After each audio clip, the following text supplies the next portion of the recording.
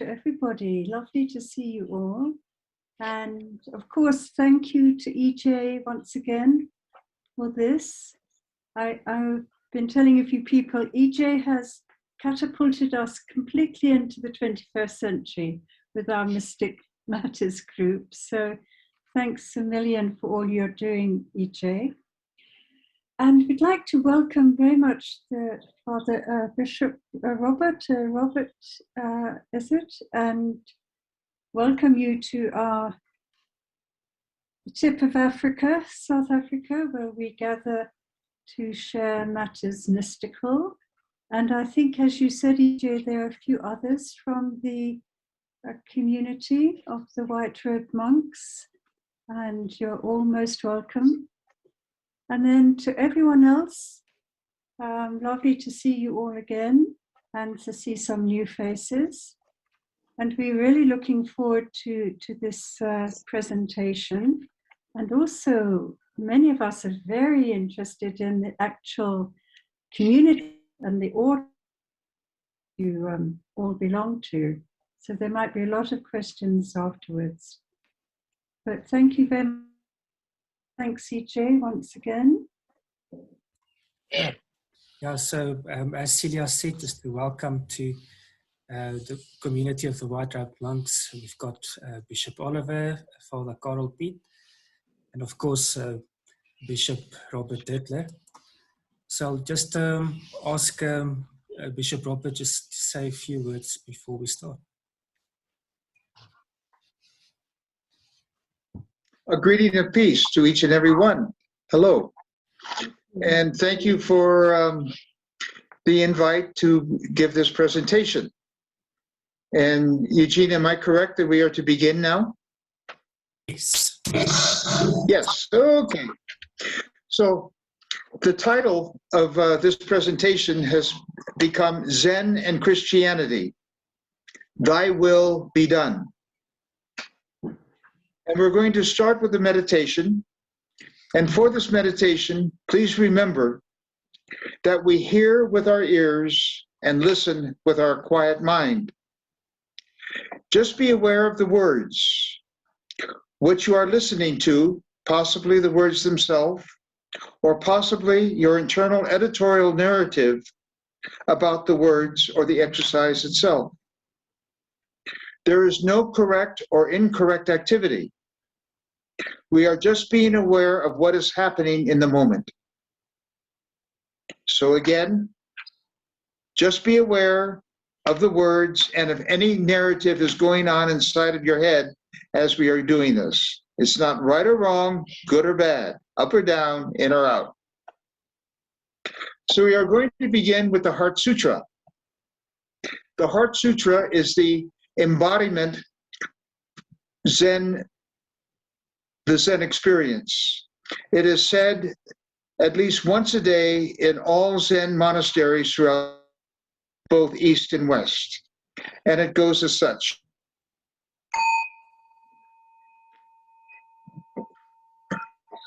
Avalokiteshvara Bodhisattva, when practicing deeply the Prajna Paramita, perceived that all five skandhas of their own being were empty and was saved from all suffering.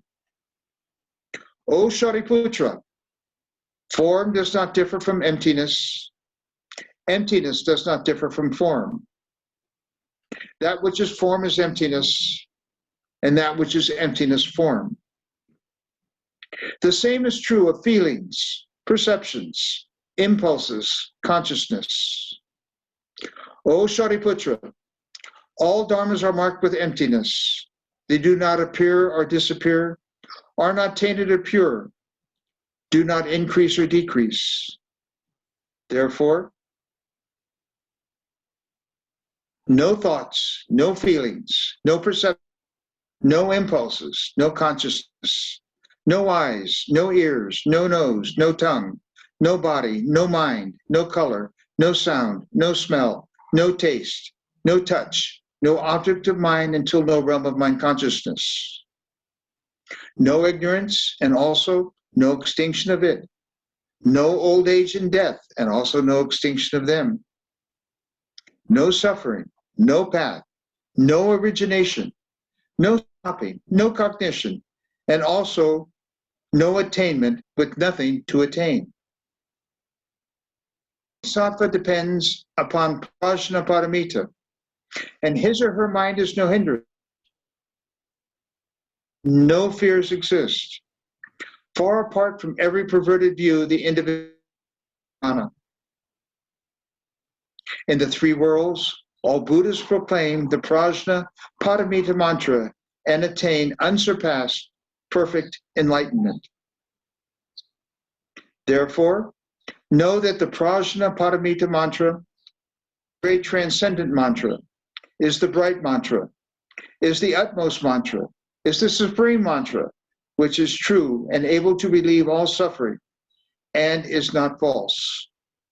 So proclaim the prajnaparamita mantra, proclaim the mantra that says, Gate, Gate, Gate, Parasam Gate Bodhiswaha.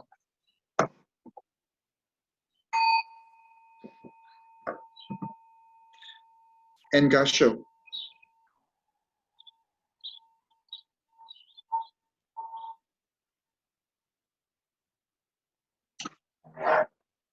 Please appreciate that the words that follow express only my opinion. They have no meaning in and of themselves. The meaning they may have, we each are.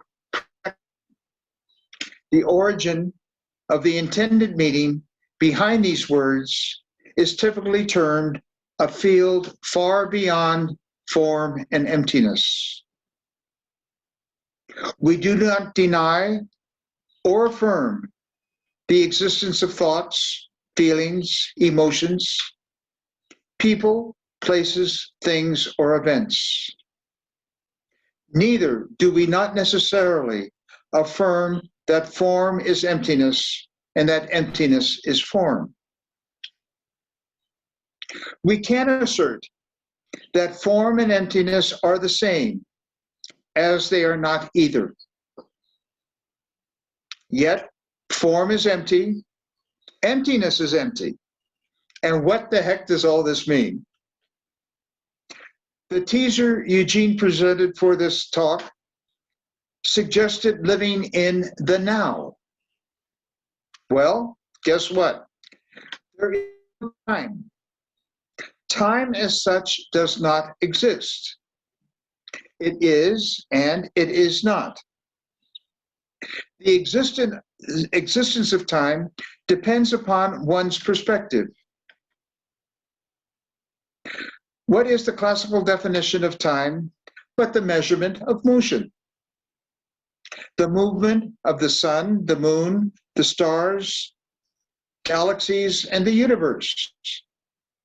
Hence, we have solar, lunar, sidereal, galactic, and even universal time from Big. We also have time zones from Greenwich Mean Time. There is no time. Given a Zen perspective, if time is the measurement of motion, then there must be a measurer. And who is the measurer? We are. Before we came onto the scene, there was no time. Now, we ourselves created time. Likewise, there is no past, present, or future. These constructs are just that, theoretical constructs we form in our minds. Now, we get ourselves into trouble when we take time personally, or any event for that matter, even our own life. If we take time personally, we may get ourselves thereby enjoying depression, believing in past unforgiven wrongs.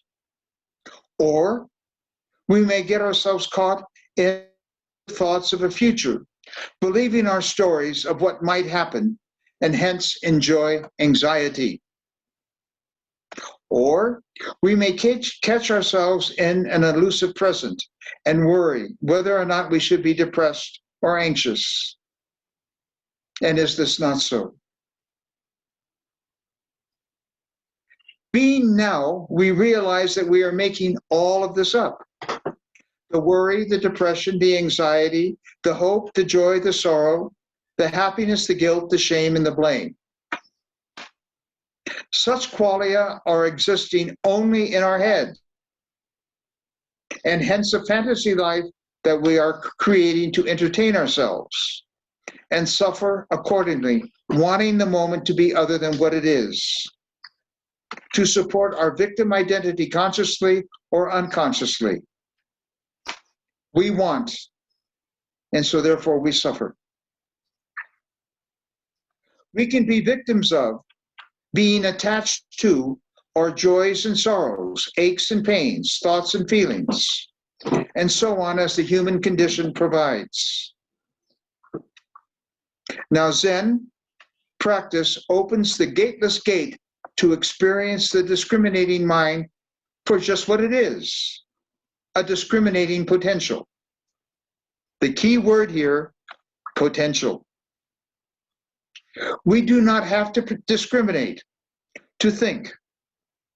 When we let ourselves become victims of the human condition, all we need to do is to refocus upon our breathing. Listen carefully, especially as the space between each inhale and exhale. The space between the exhale that opens up the next inhale, that opens up the next exhale, and so on. Please recall that we begin our phenomenal existence with an inspiration, and we complete it with an expiration. Now, we all know that that which we resist persists. We recognize our thoughts, feelings, and emotions, people, places, things, and events as being just clouds. Clouds pass. The sky remains the same. Without attachment, we can let them be. We, being the sky, only just sit. Shikantasa. We may recall that Christ only had 2 commandments: love God, love neighbor. Now, to love, we must relinquish our worship of the great Trinity of the human condition. Of course, that great Trinity of the human condition is me, myself, and of course, I. The source of so much unnecessary pain and suffering.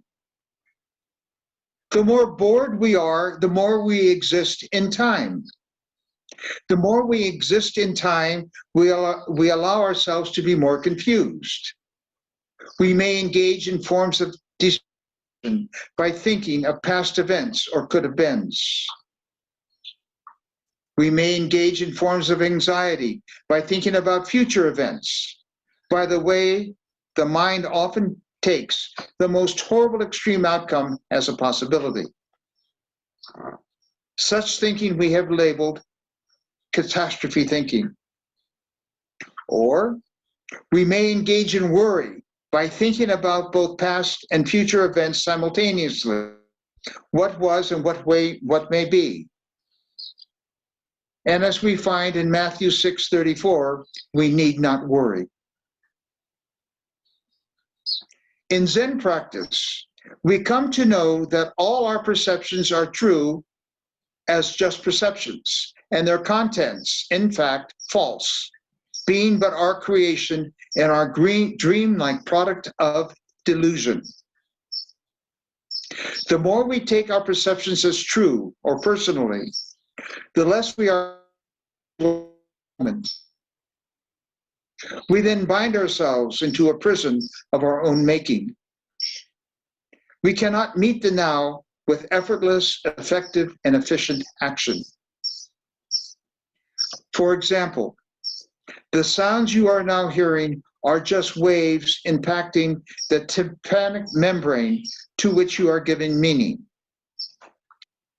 The meaning each of you are creating may not necessarily refer to the meaning I am intending to convey, and hence the human condition. Beauty, like meaning, is in the eye or ear of the beholder. As an extreme example, in the sadomasochistic universe, the more pain the better, as it is so enjoyable. Don't hit me, oftentimes is the victim's call to hit me more. The human condition is pathological from one perspective.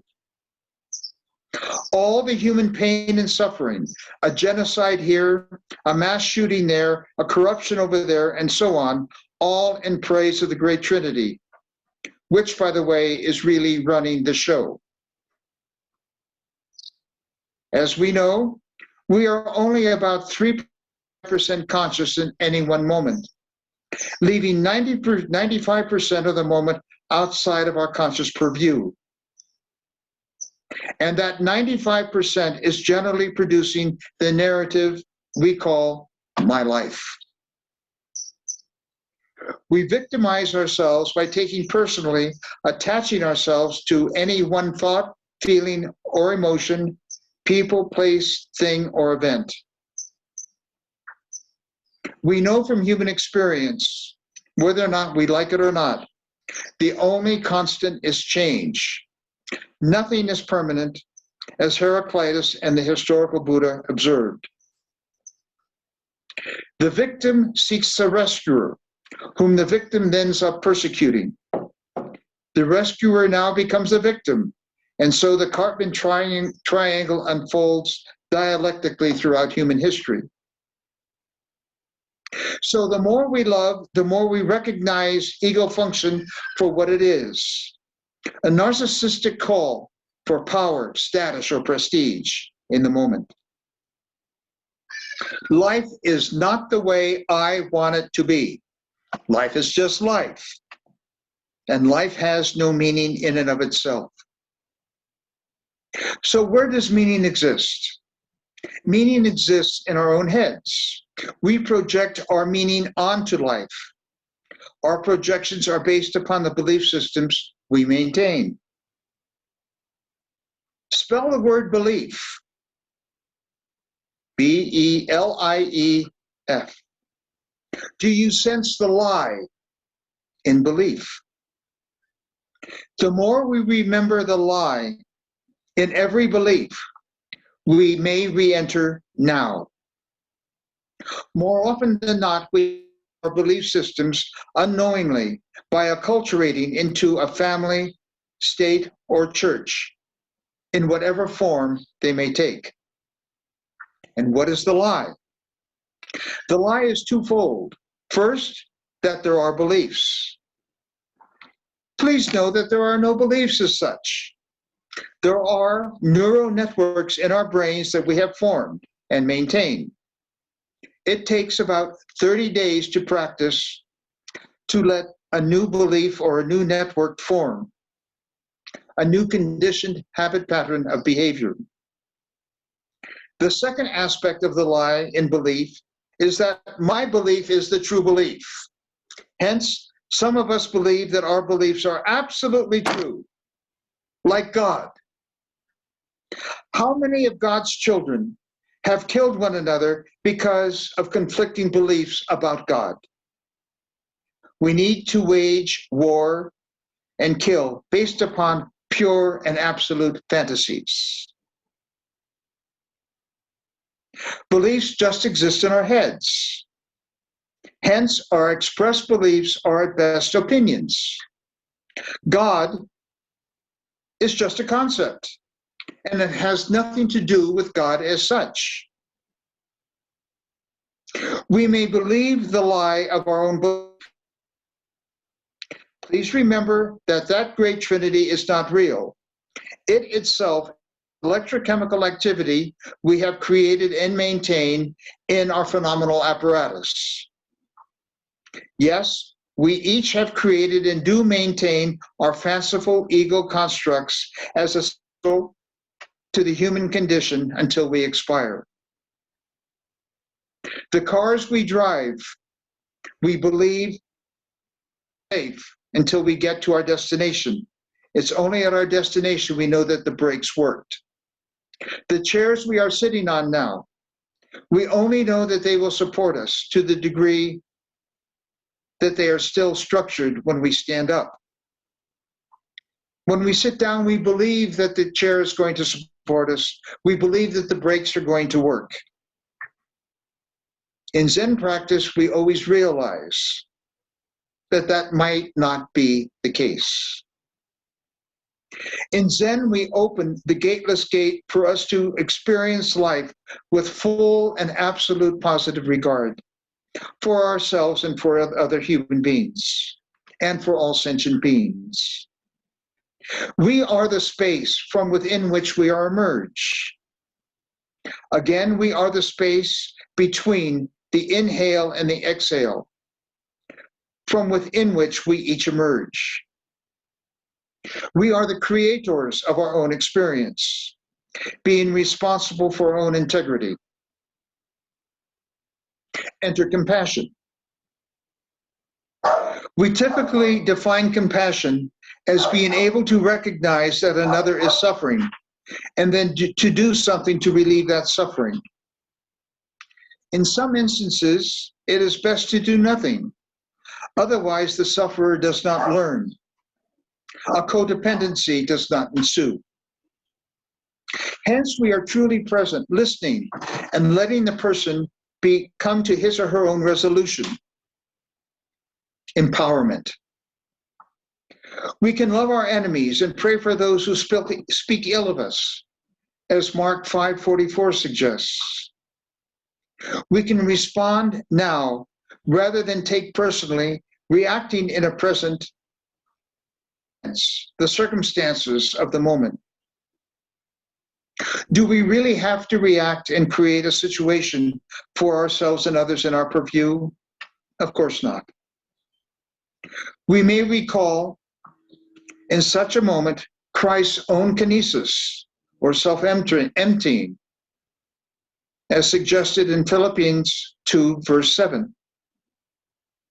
As we refocus on our breath, living with full humility in response to the psalmist's admonition, be still and know that I am God. Living out Jesus' prayer, which now together in our hearts, please let us say together along with me.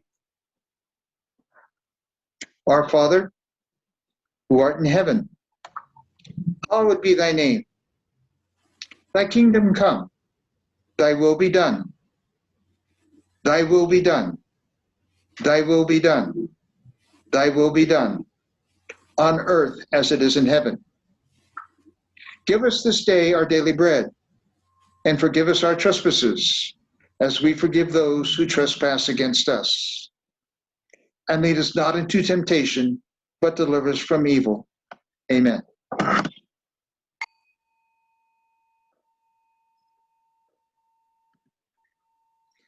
And I would like to take this opportunity to thank Eugene and Mystic Matters community again for inviting me to give this presentation.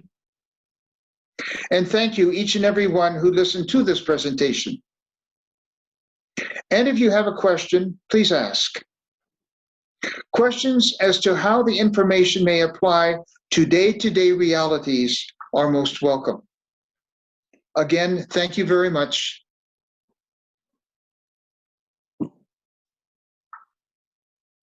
Thank you, Bishop Robert. Celia.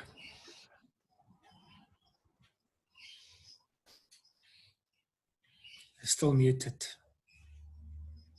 There we go. Am I there? Thank you. Bishop Robert. Sorry, I'm just trying to sort this out here. Let me come back to you. I think it's working. Is it Yes. working? Can you hear me? Okay. Sorry, we've had a few glitches with my own computer, so I'm using Derek's computer. So yes, thank you so much, Bishop Robert. And there's so many questions, I think, perhaps about your community and your order that I think many of us might wish to ask you in a little while. I think my first query would be, how has the order linked so strongly to Zen?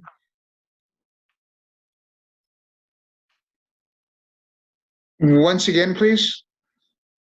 Yes, with respect to your particular order, the white-robed monks of St. Benedict, how has the link with Zen come about? Was that a part of the founding charism of this particular order? Yes. Now, in the Benedictines, the original Benedictines in the Rule of St. Benedict, there is a section, a large section called or addressed to singing the divine office. Originally, there were 7 hours, and inquire and sing the divine office. As time went on, various white Benedictine communities adjusted that practice according to their own charism. Pardon me.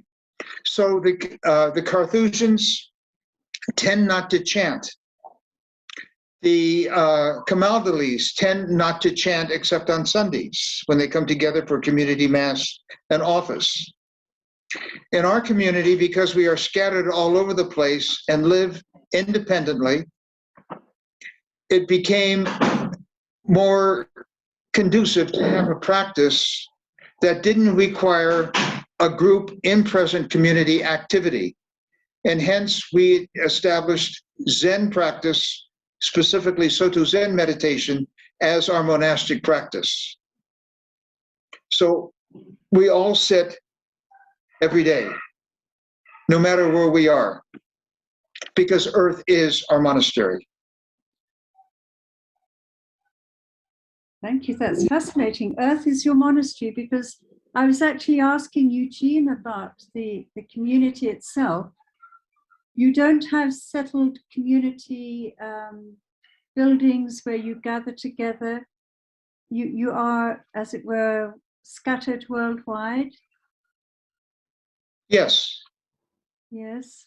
Because it's one world. We all are a part of the human community. The human community is our monastic community. Right. So we could all be part of that, but in a sense, without joining the order. May I suggest that you are a part of our community? Okay. Thank you so much. Thank you. Sorry. One moment. In the everybody is a part of our community in our own mindset, whom we meet. Everybody is a part of our monastic community. Some folks wish to have a more formal relationship, and they join what is called the Benedictine network, and they receive periodic communications from us.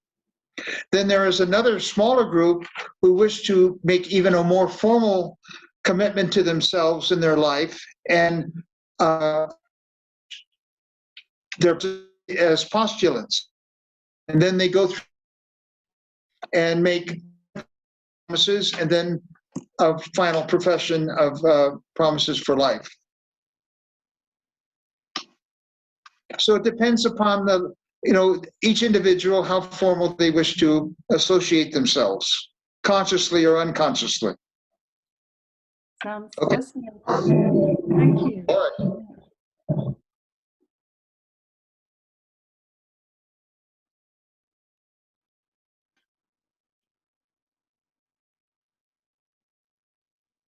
So, anyone else who would like, please feel free.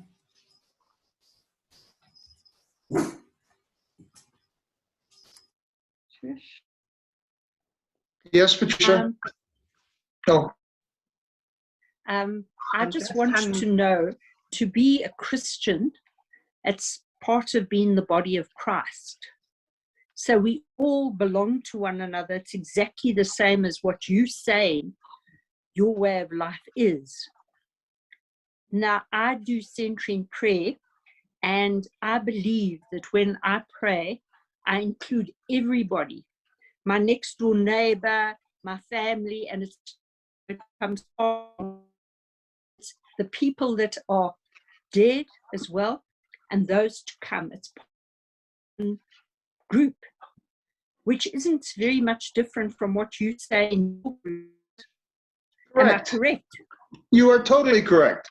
We are all children of God. We all are part of God's family, the human family, future, in time and outside of time.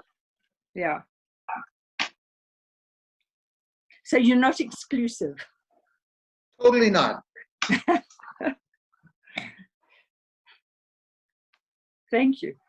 You're welcome. Patricia. When Jesus was asked, what are the commandments of the law? And you said quite correctly, Jesus quoted two. You shall love the Lord your God with all your heart and soul and mind and strength, and you shall love your neighbor as yourself. That loving God with all your heart and soul and mind and strength, is that a possibility, an ideal, an illusion, or something that we are really commanded to do, and is therefore something we can do? As with everything in the human condition, loving God and loving is not absolute. It's a practice. It's an ongoing practice. To continue practice. And it's really a practice of surrendering our will. Because remember, thy will be done. Things occur in life. People do things I don't like. I like. I wish they would be better. I wish they would be different. They are in the moment. And part of the practice for each and every one of us is to surrender our own will, wanting that moment to be other than what it is. Because remember, God loves us all equally and unconditionally. And it's we ourselves who separate ourselves from God by thinking otherwise. Judge not lest you be judged.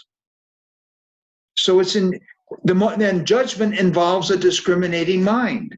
I have to discriminate between right and wrong, good and bad, up and down, in and out. God does not discriminate that way. God is God, totally inclusive. God's love is infinite, and God's love is eternal. Now, there's a slight little difference between those two words. Eternal means no beginning and no end. Infinity means a beginning without an end. And for any of us to dare define God is our own hubris. Because we cannot comprehend God. God is beyond our comprehension.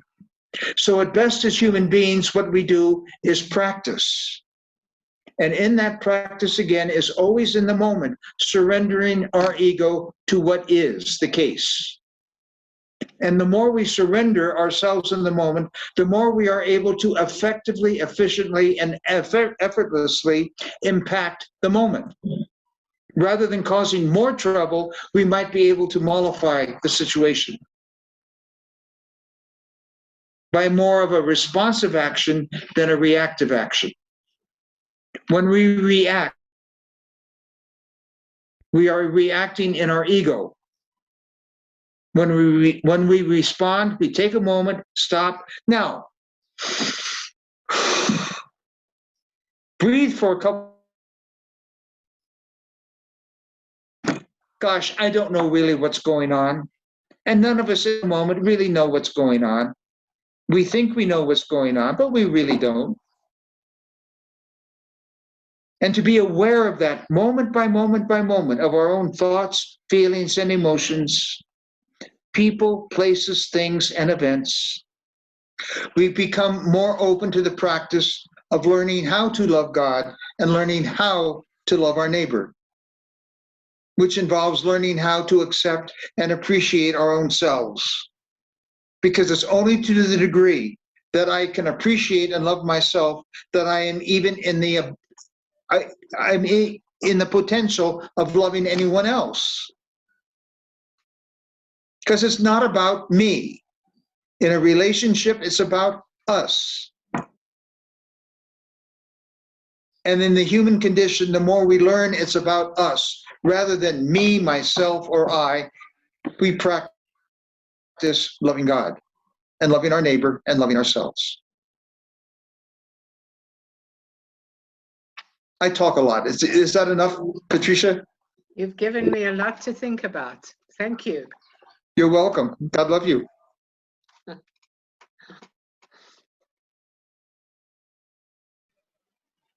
Hi, Hi. everyone. I'm just strongly thinking about Thomas Keating's welcoming prayer as you were talking about accepting the moment.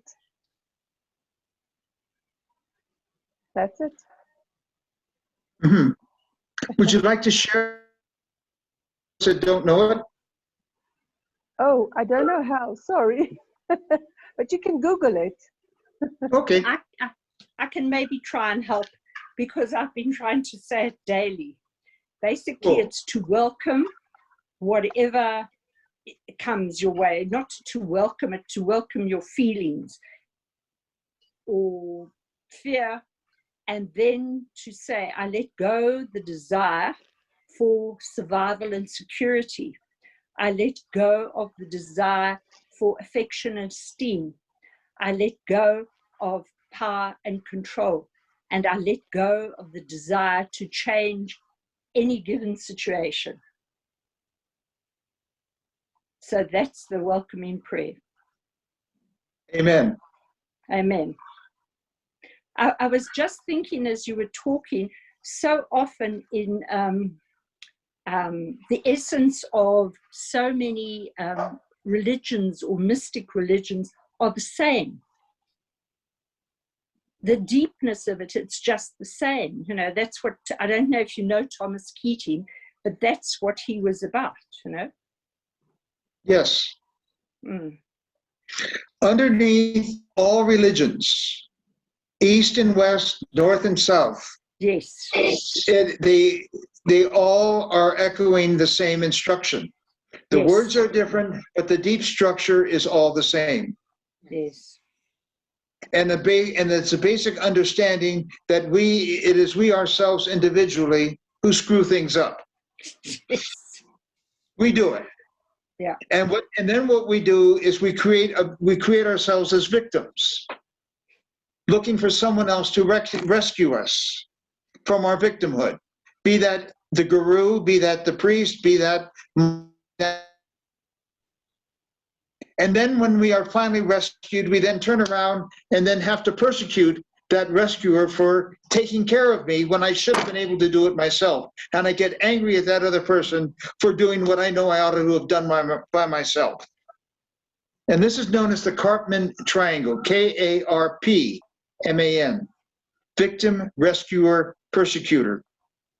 And it's a dialectical realization of the human condition. We do it between nations, we do it in families, we do it in schools, we do it in religion, formal institutional religion. We do this in religious communities. It's a part of the human condition. And in Zen practice, what we are able to do is to recognize it. And the more we can recognize what's going on, we don't have to buy into it or react into it, and we can let it be. As the old Beatles song would be, let it be. And then in that letting it be, able to change it. Evolve, and if need be, do something proactive in the moment. Out of compassion. and out of love of God and neighbor.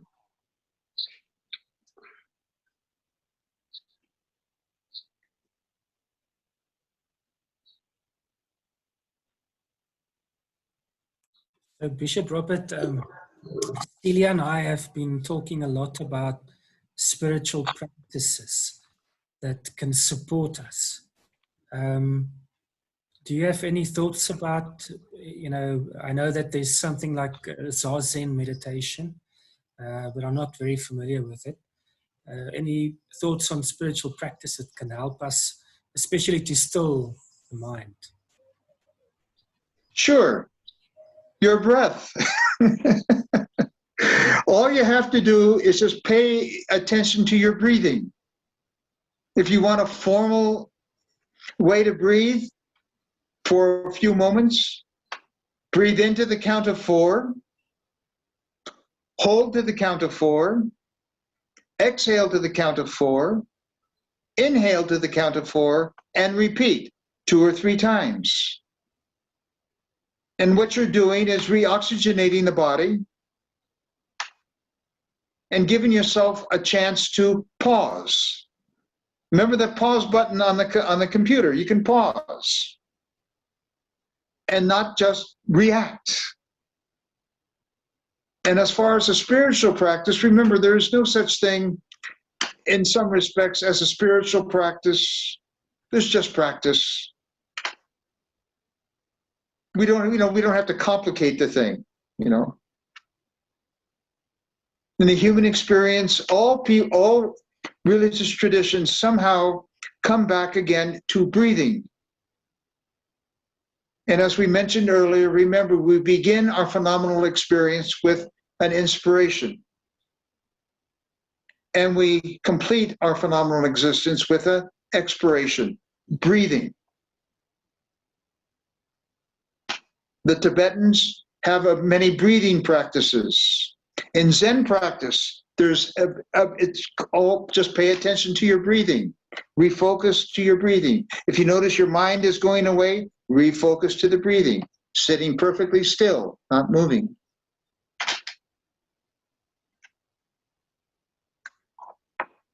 And remember, if we use our minds as a spiritual practice, that's only an entry.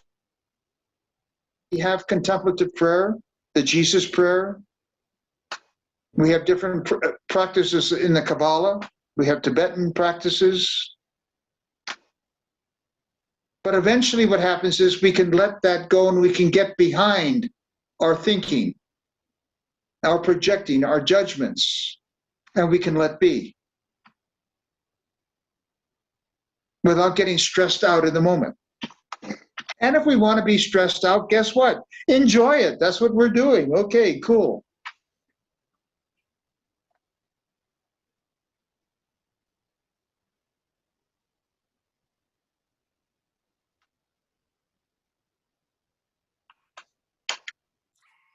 Thank you. You're welcome.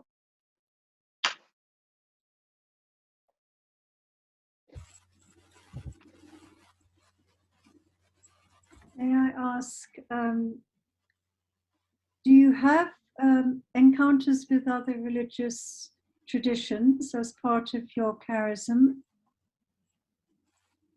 I'm sorry, I didn't catch all of that. Okay, let me try. As part of the charism of the white-robed monks, are you involved in interreligious, interspiritual dialogue and practice with other religions? In the San Francisco community, our chancellor is the executive director of the Interfaith Council. And this is a council of the religions in the Bay Area who have joined together as one voice. So yes, at least in San Francisco, I can speak of. Our Texas community has an outreach program to pastors in the community. The vicar also has many contacts with many different Catholic communities, independent Catholic communities. And on the East Coast, Father Peter has many contacts with, how can I say this? I don't want to say Pentecostal, I don't want to say evangelical. I'm not familiar exactly with whom he's contacting, but he, Friends, there we are. The more of the Quakers and the Friends communities. Thank you. So that means you would gather together with them for prayer, meditation, zazen? No, not necessarily. This would be more of a political activity. Oh, okay. Getting involved in the community. Remember, our own practice of zazen is a private matter with ourselves that we engage in with the rest of humanity. We are breathing along with humanity. Right. Very much like heart math, if you're familiar with heart math. Heart math is basically breathing, their hearts are beating with everybody else's heart on the planet. In zazen, we are breathing with everybody else on the planet. Yeah, that sounds lovely. Yes, thank you. You're welcome. Yes, Christoph. Yes. So I am Father Christopher. I am the secretary for the bishops of South Africa about communism and interreligious dialogue. So listening to you, I was wondering, how do you manage to avoid getting the impression that all religions are the same and we are all good, and so we make one soup? How do you manage to avoid spoiling the specificity of each religion and keeping standards high enough so that although it is crucifying to respect the difference deep down in our heart, it is all the same, I think and I believe, the only way to really let people be different, and so acknowledge that the religions are deeply different, although all valuable, although each able to contribute deeply to the welfare of humanity, but in such difference that we have to accept that we cannot understand really much about belief system of Buddhism or Hinduism as Christians. Yes, I think I've spoken enough to let you answer.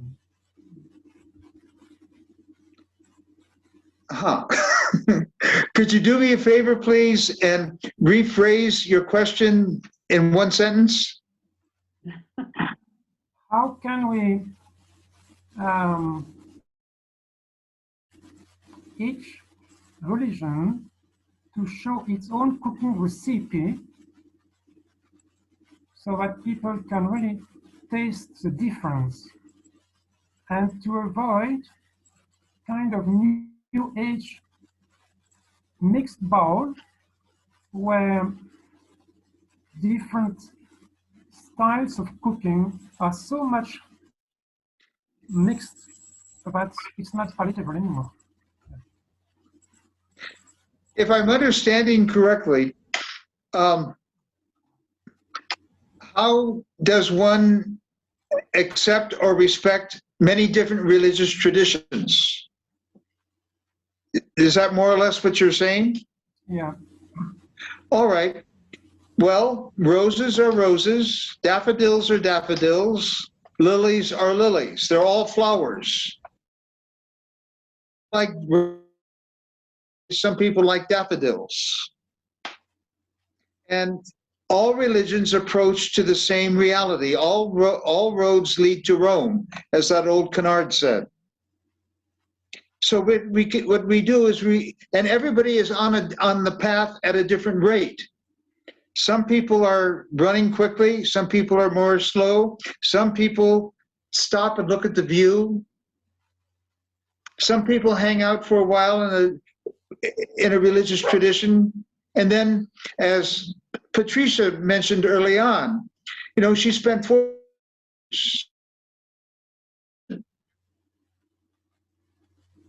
with the tradition of St. Dominic. And then she saw another opening and moved forward. It doesn't mean that she's anti the Dominicans anymore. She still respects them, I'm sure. Origination was in the Roman Catholic tradition, and I still respect that tradition. The white robed monks of St. Benedict are out of the old Catholic tradition. We respect that, and we move on. Life is always evolving, and we all end up at the same spot anyway at the end. And none of us know what that end spot is.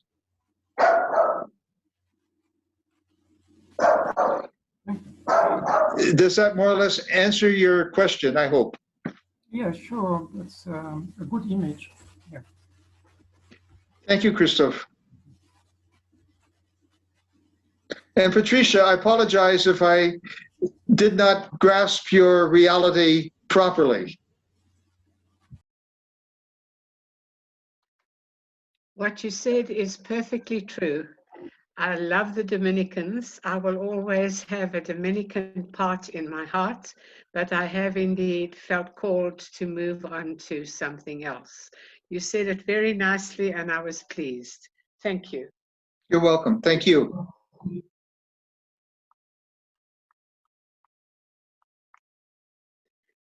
May I ask you, when you said you started as Roman Catholic, and you still respect that tradition, but now you've moved into Zen, is that for you a combination, or have you left Roman Catholicism behind as part of your story, part of your path, and you are now fully Zen? No, remember, Zen for us replaces our chanting practice. Oh. Zen Buddhism is not Buddhism. Oh. No, Zen Buddhism is Zen Buddhism. Can you explain a bit more? I'd be happy to. All right. In Buddhism is divided into 3 general schools: Hinayana, Mahayana, and Vajrayana. They are entirely institutionalized. The lesser vehicle, the greater vehicle, and Vajrayana, which is the Tibetan vehicle. In Hinayana Buddhism, only the monk really can be enlightened. Therefore, they have a heavy emphasis on the monastic Sangha. Mahayana Buddhism opens the door for everybody to be enlightened. And then Vajrayana Buddhism is a combination of Tibetan Bon religion and Buddhism.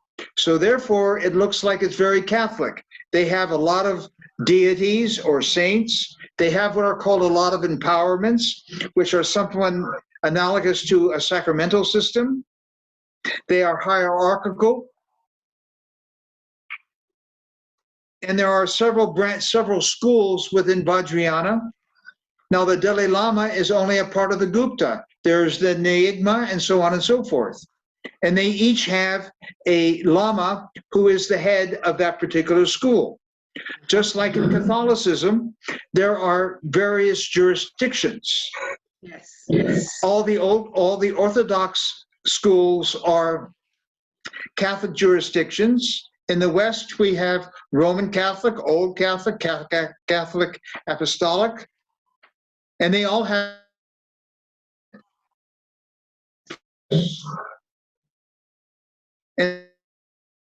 white robe monks of St. Benedict, we were never a part of the Roman Catholic tradition. We are a part of what are called the Old Catholics. Yes. Are you familiar with the Old Catholics? Yes, I am. Everybody else need an explanation of the Old Catholics? Yes, please. Yeah, okay. Pre-Vatican too? No. Yes, no, yes, no. Not pre-Vatican, not pre-Vatican II, but that we're talking, go back to Vatican I in 1869. In Vatican I, Pius IX was losing his authority over the Papal States. Victor Emmanuel was making Italy one country.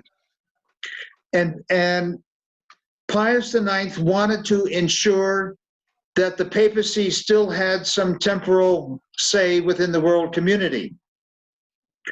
There's many politics around this, so I'm just giving one view, and it's definitely not the correct view. It's just one view. All right? Please. And so he called what is known as Vatican I. And one of the dogmas of Vatican I was the primacy of the Pope. And this codified what was the practice in Roman Catholicism. But what happened was that it broke Catholic tradition. Up to this point, no bishop had veto authority over another bishop, even though in practice it was the case, but it was not a matter of law. Out of this dogma of primacy of the Pope, then they created the dogma of papal infallibility, whereas the Pope cannot make a mistake in faith and morals when speaking from the chair of Peter. There's a series of Dutch bishops who said, hey, boys and girls, this is bogus because it's going against Catholic tradition. And this was born out of the See of Utrecht in Holland. And what they did is they formed a confederation called the Old Catholic Church. And what they proceeded, and they said, as soon as the Romans get their act together and recognize the errors of their way, once they do that, we will disappear. Of course, that would never happen. And what they did is that they immediately threw out everything that had accreted into Catholicism that was advancing the socio-political agenda of the Roman Catholic Church. One of the first things that went out was clerical celibacy, because clerical celibacy was created in the 11th century as a cost-saving mechanism for the Roman Church. Yes. The first 13 popes were married. All the apostles were married. And there was a Benedictine monk sitting in the back office somewhere in the 11th century looking at the accounting ledger and said, we have a capital expense here. What was this capital expense? Because the Roman Church was following Roman law, Roman Catholic, the institutional church was responsible to pay for the wife and the children of any priest who died. Yes. So the easiest way to resolve this is to have clerical celibacy. Yeah. So the church was not responsible any longer for this capital expense. So the Old Catholics threw that out. If you would go to France today, you will find two types of Catholic churches, one Old Catholic and one Roman Catholic. And you can identify the Catholic with a wedding band because they all got married and they all wear a wedding band. End of story.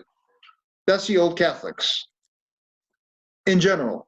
Look them up on the internet. Don't believe me, please.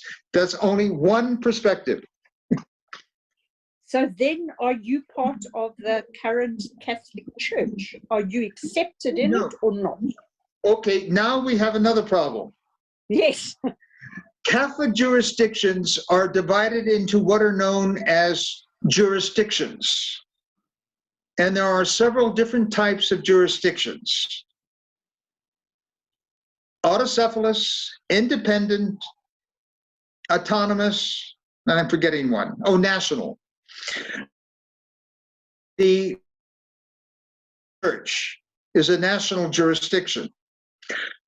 Church of Georgia is they're not autocephalous, they are autonomous. What happens in these different jurisdictions, so say like if a bishop dies, the bishops of that jurisdiction get together and nominate 3 bishops to be the primus, the first bishop. That goes then to the mother church. The mother church, the primus there says, okay, Bishop A is the guy. In another jurisdiction, a bishop dies, the bishops get together and elect their own, and the primus affirms that. Now, in an autocephalous jurisdiction, which means the bishop is consecrated as a bishop in his own right, and that more or less analogously images the apostolic college. None of the apostles were institutionalized. They only had one experience that they shared in common. And for the lack of a better term, that was called the Paschal meal. So you'll have different liturgies evolving wherever these apostles went, because each apostle did what he thought was best in the moment to spread the word. And that's an autocephalous bishop. And the bishop, the white robed monks of St. Benedict have a bishop also as their head. So they are called an abbot bishop. And the abbot is consecrated an autocephalous bishop in his own right. So we are in the tradition of the Old Catholic Church, because that's where our lineage comes from. But we have nothing to do with the Old Catholic Church. Just like the Roman Catholic Church has nothing to do with us. We have nothing to do with them. Hence, we are the same because we are different. Perfect Zen. Thank you. You're welcome.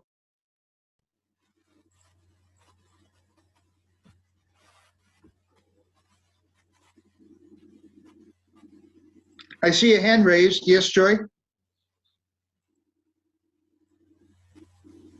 Joy, you have to unmute yourself.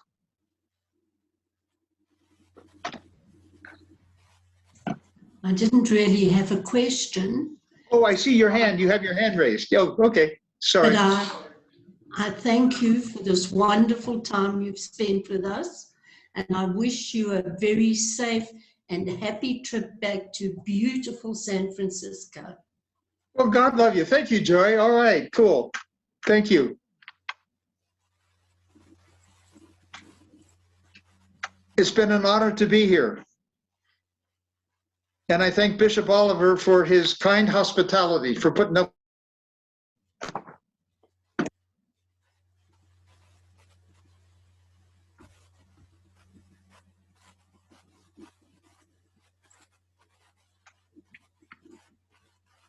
Celia, you're EJ, is there time for a little bit more discussion, or yeah, we still have some. Yeah, still have time?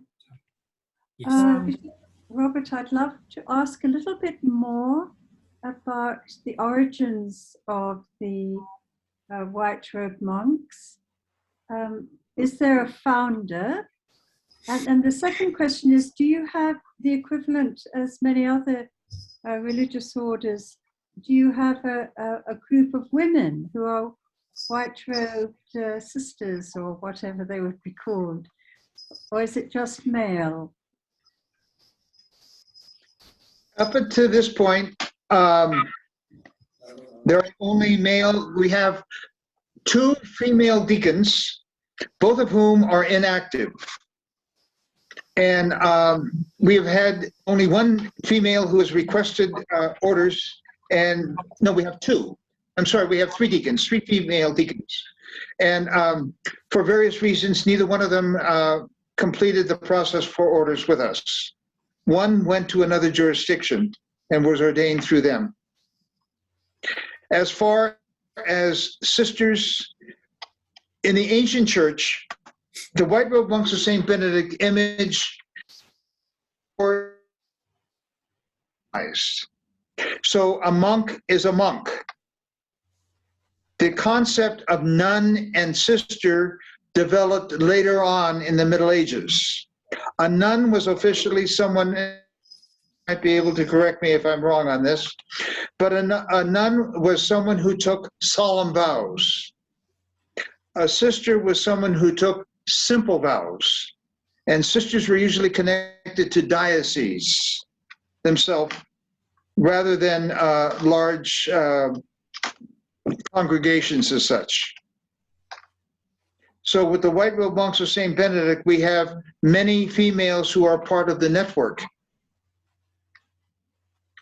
And again, going back to a nun, or I'm sorry, a monk is a name that can either be male or female.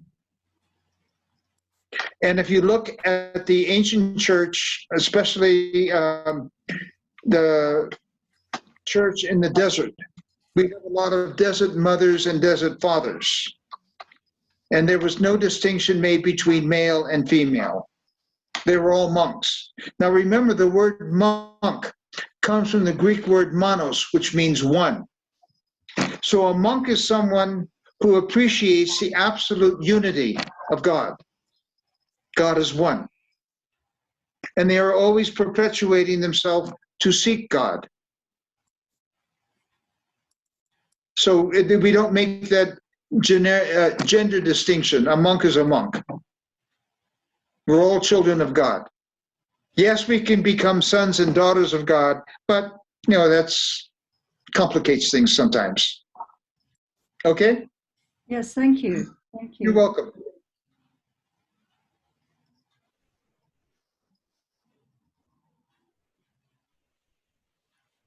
Christoph. Yeah. So as a small group, let me say, because I guess you are not so many bishops and so many priests in your, how do you manage to keep standards high enough for formation, for resolution of conflicts, for, let us say, general renewal, ongoing formation of the faithful? The fact that we are in the 21st century, everything occurs via the web. So we have two formation programs. One formation is for monasticism. The other formation is for orders. They are two distinct functions. Remember, orders is a function in society, whereas monasticism is more of an individual's appreciation of a lifestyle. So we have two different formation programs, and the monastic formation program is not individualized. It's one program that all aspirants follow. The program for orders is individualized to the individual's educational background. So sometimes it will be 1 year, 2 years, or 3 years. For the monastics, it's always a postulancy program up to a year, usually from time of entry to March 21st. Then a 1 year novitiate that may be extended to a 2 year or 3 year, depending upon the program, but usually it's 1 year. Then there's a 3 year junior, and finally at the profession. Meetings occur as needed, but usually everything is done via the web through emails and things such as that. Answer your question? Yeah, thank you. Okay, cool. Thank you.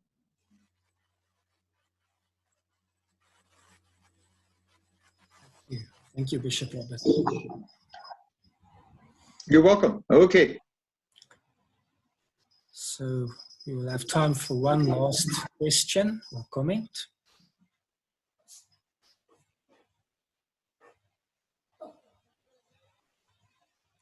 Great. Well, thank you for your time, Bishop Robert, and for coming to speak to us today. Celia, I'll leave the closing words to you.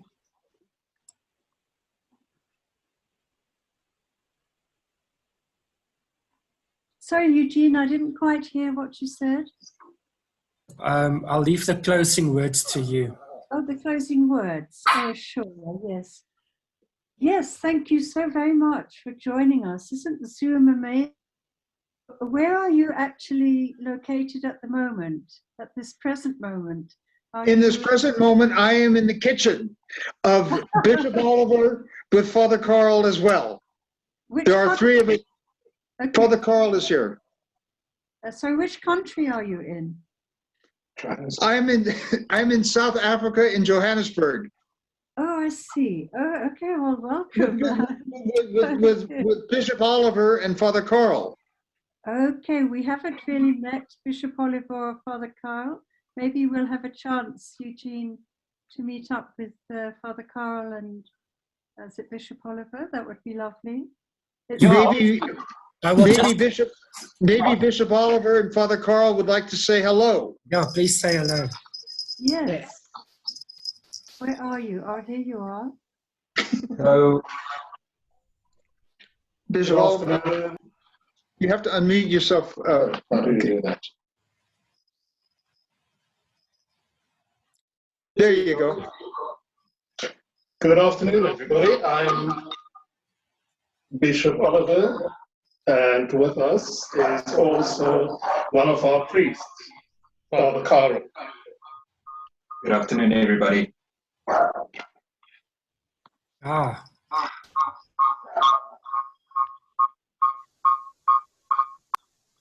There we go. Oh, okay. So now you're visiting South Africa, and Bishop Oliver and Father Carl, do you both live in South Africa? Yes, they do. Okay. Okay. So you have a small community here in South Africa. I know EJ and I have spoken a little bit about that. Yes, there's a lot more we could ask you, but perhaps we should give you some rest after this presentation. Rather fascinating to have this loosely knit community. And as, who is it saying at the beginning? I think it was Heather. When we are already in this one body of Christ, and this is a particular community which we usually associate with, you know, large institutions and congregations and so on. So I think we really need to thank you for letting us, you know, giving us an insight into the spirituality of the white-robed monks. And it seems, from what you're saying, it's something that we're all part of, whether or not we're formally part of this. And so it's been a real pleasure to listen to this. And so thank you so very much, Bishop Robert.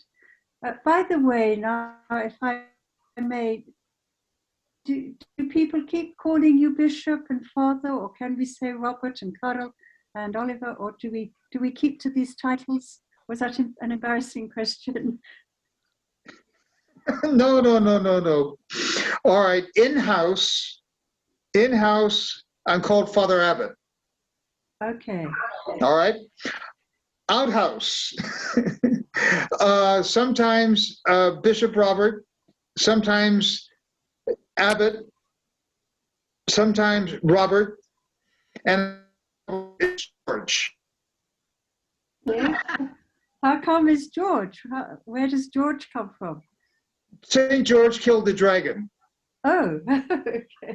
That's just me being me. Now the non-clerical community calls me by my first name. It's up to them. I give them, you know, they ask me, what are you more comfortable being? And I say, well, just as I said here, you can have Robert, you can have George, you can have, you know, I don't really like okay, with a bishop, the title bishop never goes with the individual. As you know, the title bishop always goes with a place. The bishop of New York, the bishop of Johannesburg, the bishop of so on. So it would be Robert, the bishop bishop of. Now, now there are two types of bishops.